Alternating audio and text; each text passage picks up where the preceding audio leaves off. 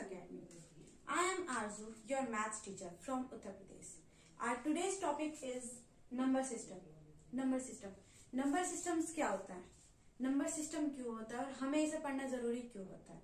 बहुत सारे क्वेश्चंस होते हैं माइंड में। उन सबसे पहले मैं आपको एक बात बताना चाहूंगी। नंबर सिस्टम पढ़ने से पहले एटलीस्ट हमें ये पढ़ना चाहिए कि नंबर्स होते क्या है, कौन कौन से टाइप्स के नंबर्स होते हैं और कितने तरीके के नंबर्स होते हैं जो हमें आगे पढ़ने हैं या जिनसे रिलेटेड हमारे एग्जाम्स में क्वेश्चंस आते हैं। नंबर फर्स्ट हमारे पास होते हैं नेचुरल नंबर्स। नेचुरल नंबर्स कौन से नंबर्स होते हैं?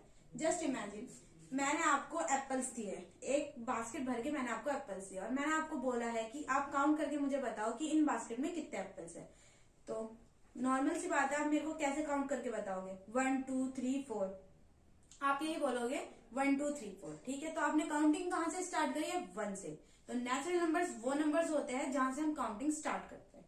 ठीक है, तो नेचुरल नंबर्स हमारे कौन से नंबर्स होते हैं जहां से हम काउंटिंग स्टार्ट करते हैं? तो वो कौन सा होगा? 1 2 3 4 and so on. Is that clear? Natural numbers वो नंबर्स होते हैं जहां से हम काउंटिंग स्टार्ट करते हैं। वो कहां से स्टार्ट होते हैं? 1 से। नेक्स्ट आते हैं हमारे होल नंबर्स। होल से ही आप समझ गए होंगे, फुल। होल मतलब पूरा। ठीक है, तो हमारी काउंटिंग पूरी कब होगी? जब हमारी काउंटिंग्स में 0 ऐड होगा। ठीक है, तो होल नंबर्स कौन से नंबर्स हो गए? जब हमारी काउंटिंग में 0 ऐड हो गया। 0 1 2 3 4 एंड सो ऑन, ये होते हैं हमारे होल नंबर्स। नेक्स्ट हमारे नंबर्स आते हैं इंटीजर्स। आप बोलोगे कि मैम आपने बोल दिया नेचुरल नंबर 1 से स्टार्ट होते हैं, होल नंबर्स 0 से स्टार्ट होते हैं, तो जो माइनस में जो नंबर्स होते हैं -2 -3, ये नंबर्स कहाँ गए? रुको, ये नंबर्स होते हैं हमारे इंटीजर्स में। इंटीजर्स में हमारे पॉजिटिव और नेगेटिव दोनों नंबर्स आ जाते हैं। 0 भी इंटीजर्स में इंक्लूड होता है। तो इंटीजर्स में हमारे कौन से नंबर आ गए? -3 -2 -1 0 +1 +2 एंड सो ऑन, ये हमारे नंबर्स होते हैं इंटीजर्स में। उसके बाद हमारे नंबर्स आते हैं, नेक्स्ट नंबर्स होते हैं हमारे रेशनल नंबर्स। रेशनल नंबर्स कौन से होते हैं? रेशनल नंबर्स आप ये मानो, रेशनल नंबर्स वो नंबर्स होते हैं जो P/Q की फॉर्म में होते हैं। P/Q की फॉर्म में इन द सेंस मतलब अपॉन में होते हैं कि ऊपर भी एक नंबर होगा और उसके नीचे भी एक नंबर होगा। लेकिन हाँ, एक चीज सबसे ज्यादा आप लोगों को ध्यान रखनी है कि जो रेशनल नंबर्स होते हैं वो हमारे P/Q की फॉर्म में होते हैं, जिसमें Q कभी भी 0 के इक्वल नहीं होता। Q मतलब जो हमारा डिनोमिनेटर है वो हमारा कभी भी 0 के इक्वल नहीं होगा।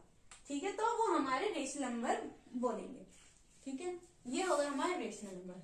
नेक्स्ट नंबर आते हैं इर्रेशनल नंबर। इर्रेशनल नंबर्स वो नंबर्स होते हैं जिनकी वैल्यू प्रॉपर्ली डिफाइंड नहीं होती या जो रूट में होते हैं। जैसे √3 की प्रॉपर्ली कोई भी वैल्यू नहीं है। आप उसे प्राइम फैक्टराइजेशन मेथड से करके देख लीजिए, आप उसका रूट फाइंड करिए, आपको नहीं पता लगेगा। वो मतलब डेसिमल के बाद वो आता ही रहेगा, वो कहीं जाके स्टॉप नहीं होगा। तो वो हमारे इर्रेशनल नंबर्स में आते हैं जो अंडर रूट की फॉर्म में होते हैं।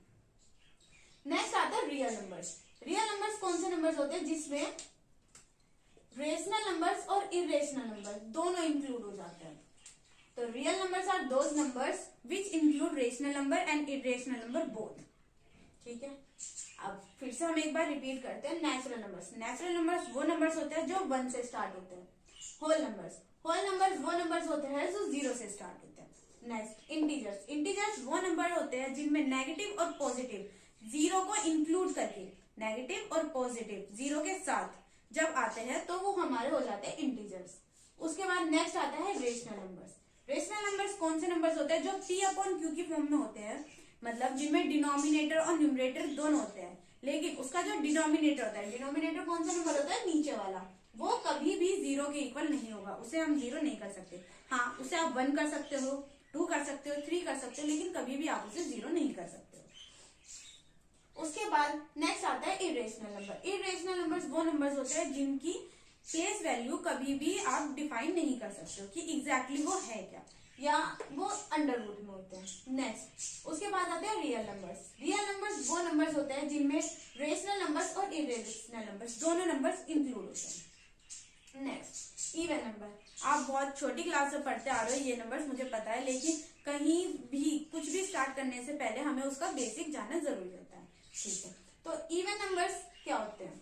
हमेशा आपको यही बताया गया है कि इवन नंबर्स वो नंबर्स होते हैं जो 2 से डिवाइड होते हैं। और ये बात सही भी है कि कोई भी ऐसे नंबर जिन्हें हम 2 से डिवाइड करें और उनका कोई भी रिमाइंडर नहीं बचेगा, उनका रिमाइंडर सिर्फ जीरो आएगा, तभी वो इवन नंबर्स होते हैं। तो इवन नंबर्स हमारे कौन से हो गए? 2, 4, 6, 8, 12, 16 एंड सो ऑन, ये हमारे इवन नंबर्स होते हैं। नेक्स्ट होते हैं ऑड नंबर्स। ऑड नंबर्स कौन से होते हैं? नॉर्मल सी बात है, जो नंबर इवन नहीं होते वो ऑड होते हैं। तो ऑड नंबर हमारे कौन से नंबर्स होते हैं? जो 2 से डिवाइड नहीं होते, वो हमारे ऑड नंबर होते हैं। 1 2 से डिवाइड नहीं होता है। 3 वो 2 से डिवाइड नहीं होता है। 5, 7, 11, 15 एंड सो ऑन, ये नंबर्स ऐसे हैं जो 2 से डिवाइड नहीं होते। नेक्स्ट है प्राइम नंबर्स। प्राइम नंबर अपने आप में ही एक बहुत ही वास्ट टॉपिक है, फिर भी मैं आपको इसे शॉर्ट में बता रही हूँ। प्राइम नंबर्स वो नंबर्स होते हैं जो इन शॉर्ट अपने खुद के टेबल्स में आते हैं, या हम ये कह सकते हैं जिसके सिर्फ 2 फैक्टर होते हैं और उन सबका एक कॉमन फैक्टर होता है 1। लाइक आप ये मान लीजिए, जैसे हमारे पास एक प्राइम नंबर है 11 हमारे पास एक प्राइम नंबर है। हमें पता है कि 11 किसके टेबल में आता है? 11 के फैक्टर्स। 11 के फैक्टर्स क्या होंगे? 11 का फैक्टर एक तो 11 खुद होगा, क्योंकि वो अपने खुद के टेबल में आता है। दूसरा 11 का दूसरा फैक्टर होगा 1, क्योंकि 1 के टेबल में सारे नंबर्स आते हैं। तो प्राइम नंबर्स वो नंबर्स होते हैं जिनके सिर्फ 2 फैक्टर होते हैं और वो सिर्फ अपने खुद के टेबल में आते हैं या 1 के टेबल में आते हैं। ये थी हमारी basic knowledge of number system. इतना क्लियर हो गया? ठीक है, अब हम बढ़ते हैं अपने आगे के टॉपिक के ऊपर।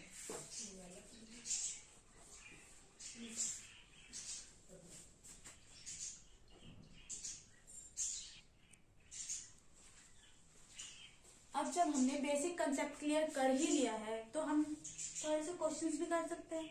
ज्यादा क्वेश्चंस नहीं करवाऊंगी, बस थोड़े से क्वेश्चंस करवाऊंगी। अब हमारा फर्स्ट क्वेश्चन कौन सा है? फर्स्ट क्वेश्चन है find the place value of 2 इन 83, 8, 3, 2, 5, 6, 7। इसमें हमें क्या बताना है? Place value. प्लेस वैल्यू और फेस वैल्यू ये 2 डिफरेंट चीजें होती है। प्लेस वैल्यू और फेस वैल्यू, नाम से पता लग रहा है, एक में आ रहा है फेस और एक में आ रही है प्लेस। फेस वैल्यू मतलब जो चीज जैसी है वो वैसी ही है। अगर आपके सामने आपकी बेस्ट फ्रेंड खड़ी है तो वो बेस्ट फ्रेंड ही है, वो एनिमी नहीं है। और प्लेस वैल्यू वो किस जगह पर खड़ी है। जैसे ये एक क्वेश्चन है, प्लेस वैल्यू निकालना।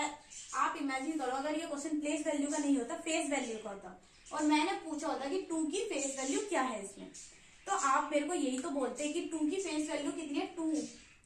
2 की फेस वैल्यू सिर्फ 2 है और कुछ नहीं है। अगर इसमें फेस वैल्यू का क्वेश्चन आता तो मैं सिर्फ 2 पे क्लिक करती, नहीं। लेकिन इसमें हमसे क्या पूछा है? Place value. प्लेस वैल्यू का मतलब ये होता है कि वो नंबर, कौन सा नंबर? 2। यहाँ पर हम एक रफ वर्क का कॉलम बना लेते हैं। हमें किसकी प्लेस वैल्यू निकालनी है? 2 की, ठीक है। अब प्लेस, तो हम पहले ये पता लगेंगे कि 2 कौन सी प्लेस पर है। 1, 10, 100, 1000। 2 कौन सी प्लेस पर है? 1000। तो जिस भी नंबर की हमें प्लेस वैल्यू निकालनी है उसकी मल्टीप्लाई वो कौन सी प्लेस पर है उससे कर देंगे। 1000 की प्लेस पर है तो 1000 से हमने उसकी मल्टीप्लाई कर दी, तो हमें आंसर कितना मिला? हमें आंसर मिला 2000। Is that clear? तो 2 की प्लेस वैल्यू कितनी होगी? 2 की प्लेस वैल्यू होगी 2000। आई थिंक मैंने इसमें एक 0 ज्यादा लगा दी, आई एम सॉरी। तो 2 की प्लेस वैल्यू कितनी हो जाएगी? 2000।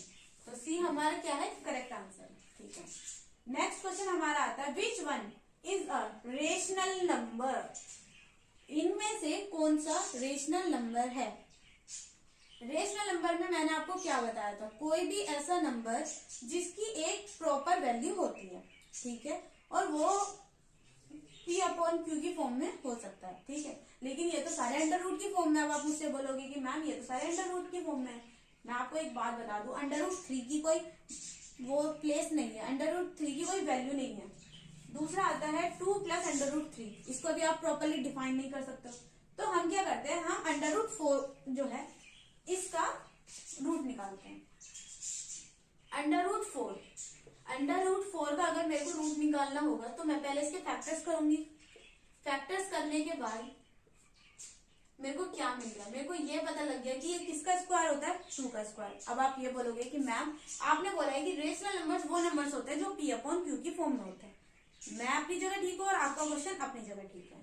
अब हमें आंसर में क्या मिला है 2, लेकिन हमें ये भी तो पता है कि अगर कोई भी नंबर अपॉन में नहीं होता है, कोई भी नंबर के नीचे कुछ भी नहीं होता है, डिनोमिनेटर नहीं होता, तो हम उसके नीचे 1 लगा सकते हैं।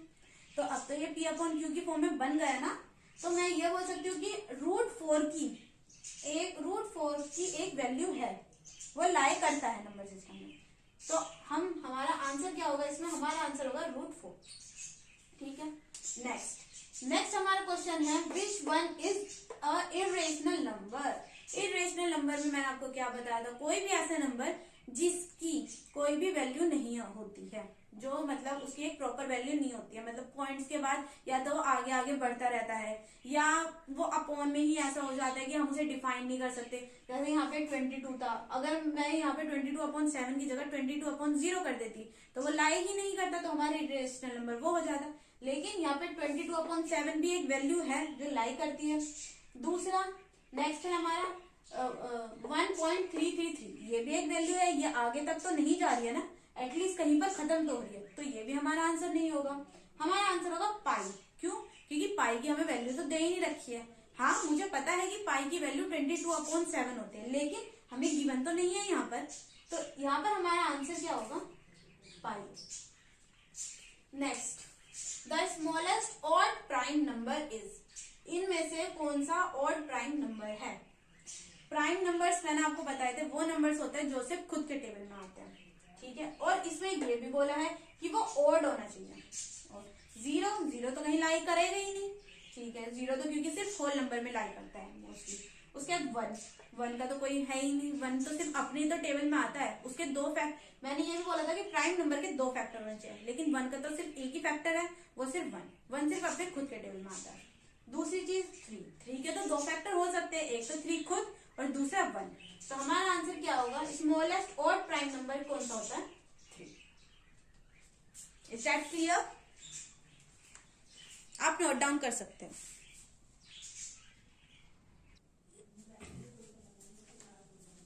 नेक्स्ट क्वेश्चन हमारा है which of the following is a prime number, इनमें से कौन सा नंबर प्राइम है।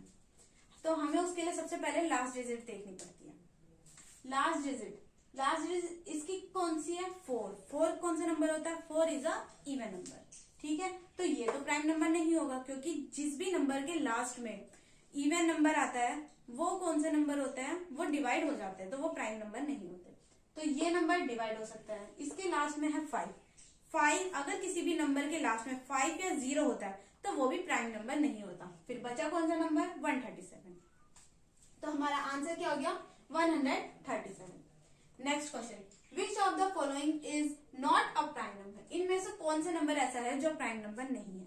हमें पता है 17 प्राइम नंबर है, 19 प्राइम नंबर है, 27 3 के टेबल में आता है, अपने भी टेबल में आता है, 9 के टेबल में भी आता है, उसके 2 से ज्यादा फैक्टर है, तो वो प्राइम नंबर नहीं हुआ। Next question, number of prime numbers between 0 and 100, 0 और 100 के बीच में कितने प्राइम नंबर्स आते हैं। आपको एक इम्पॉर्टेंट पॉइंट है वो आप लिख सकते हो। इम्पॉर्टेंट पॉइंट ये है कि 0 से लेके 50 के बीच में, 0 से लेके 50 के बीच में टोटल 15 प्राइम नंबर्स होते हैं। 0 to 50 के बीच में हमारे कितने प्राइम नंबर्स होते हैं, 15। ओके, उसके बाद 51 से लेके 100 के बीच में हमारे नंबर्स, प्राइम नंबर्स होते हैं 10। ये इंपॉर्टेंट पॉइंट है जो आप लोगों को याद होना चाहिए, वो कभी भी आपसे एग्जाम में पूछ सकते हैं।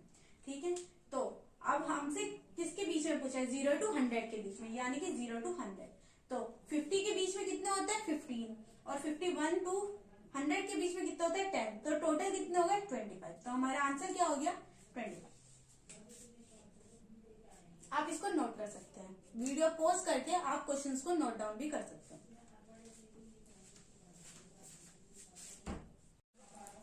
नेक्स्ट क्वेश्चन हमारा है जो एक तरीके से आपके एग्जाम के पॉइंट ऑफ व्यू से बहुत इंपॉर्टेंट क्वेश्चन है, वो है हमारा what is the reminder when 152 multiply by 698 is divided by 5।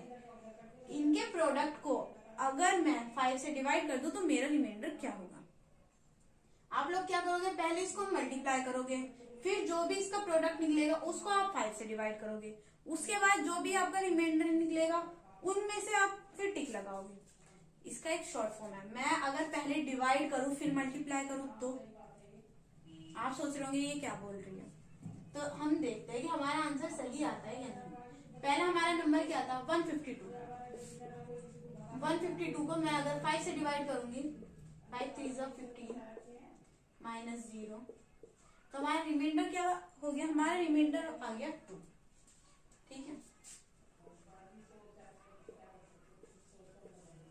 हमारा रिमाइंडर आ गया 2। ठीक है, नेक्स्ट कौन सा नंबर था हमारा, 698।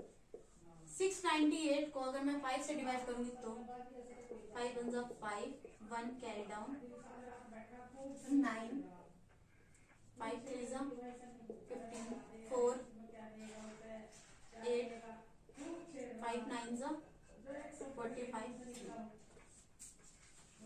तो हमारे एक नंबर से हमारा रिमाइंडर आता है 2, दूसरे नंबर से हमारा रिमाइंडर आता है 3।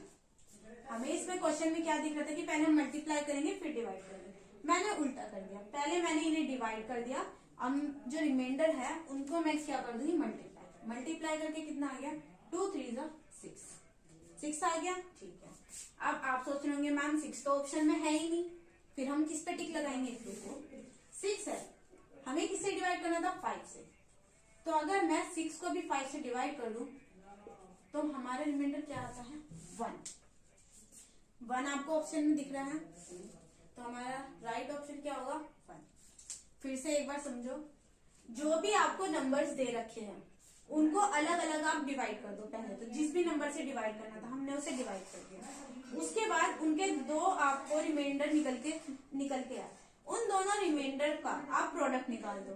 जो भी प्रोडक्ट निकलता है उसको फिर से एक बार आप उसी नंबर से डिवाइड कर दो, तो जो भी आपका रिमाइंडर बचेगा वो आपका आंसर है। ठीक है, इज दैट क्लियर। ये थी हमारी आज की वीडियो। आपको जो भी क्वेश्चन में कोई भी क्वेरी हो, कोई भी दिक्कत हो, आप मुझे कमेंट बॉक्स में बता सकते हैं। Thank you.